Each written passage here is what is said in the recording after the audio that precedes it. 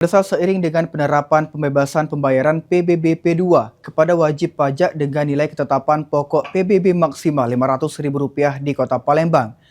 Pihak Bapenda pastikan penerapan kebijakan itu dilakukan dengan pengecualian dan pemeriksaan berulang.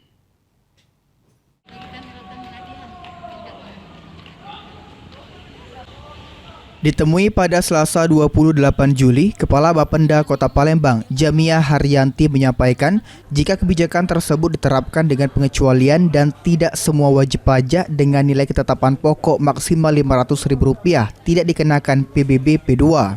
Sementara terkait isu PBB P2 nihil yang tidak tepat sasaran, pihak Bapenda Kota Palembang akan melakukan pemeriksaan ulang untuk memastikan kebenaran apakah wajib pajak berhak mendapatkan PBB P2 nihil atau tidak.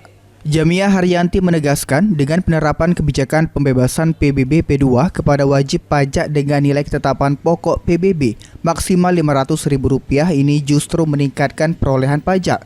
Bahkan jika dibandingkan dengan tahun lalu sudah terjadi selisih hampir mencapai Rp6 miliar. Dibanding yang kebijakan tahun lalu, pendapatannya malah selisih, jadi nambah hampir 6M. 6M. Karena ini dengan pengecualian. Kalau kemarin kan loss 300.000 tanpa ada pengecualian. Nah kalau ini ada kriteria yang dibebaskan. Pertama hanya untuk rumah tinggal. Sandi Pratama, PAL TV.